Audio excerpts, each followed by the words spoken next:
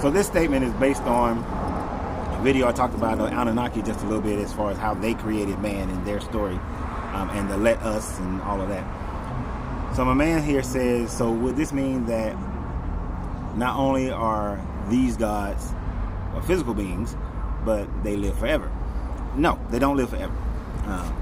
The thing about the Anunnaki is that they have very, very, very long lifetimes. The Anunnaki, they came to Earth, according to the story, to mine gold to fix their atmosphere, but they also knew in the mining of gold and the smelting of gold that there was a runoff from the gold that allowed for them to use it as what is known in alchemical terms as the elixir of life. The elixir of life, once you find the Philosopher's Stone, is supposedly be able to grant you immortality. This is the whole story of Gilgamesh, where he was searching for immortality. But it's a whole nother story.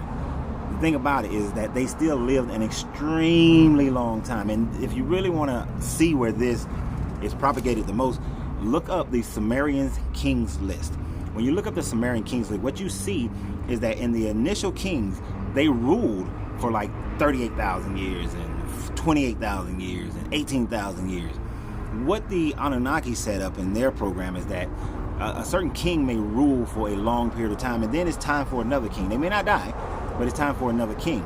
But if we use their kings list as a basis of how long they lived, in the same way we do in our society, because many of the things that we do based on kings and queens is based on the Sumerians, as far as what family members they lead, how kingship is determined by bloodlines and things of that nature. This is why incest is so prevalent in many kingdoms back in the day, because Anu and his sister produced the first prince who can reign in Enlil. Enki was son of a concubine, so he couldn't reign. But as you go through the kings list, you'll see that after they have a flood, but their flood is on 6 days. But it's similar to the flood of the Bible, which it was written before the Bible. After their flood, the kings they ruled a shorter period of time.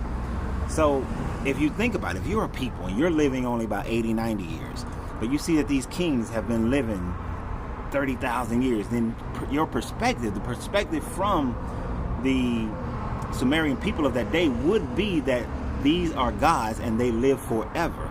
But according to the story, the word Anunnaki means from heaven to earth they came. They came from a planet Nibiru. Basically, they aliens is basically how the story goes. When we think about it in modern times.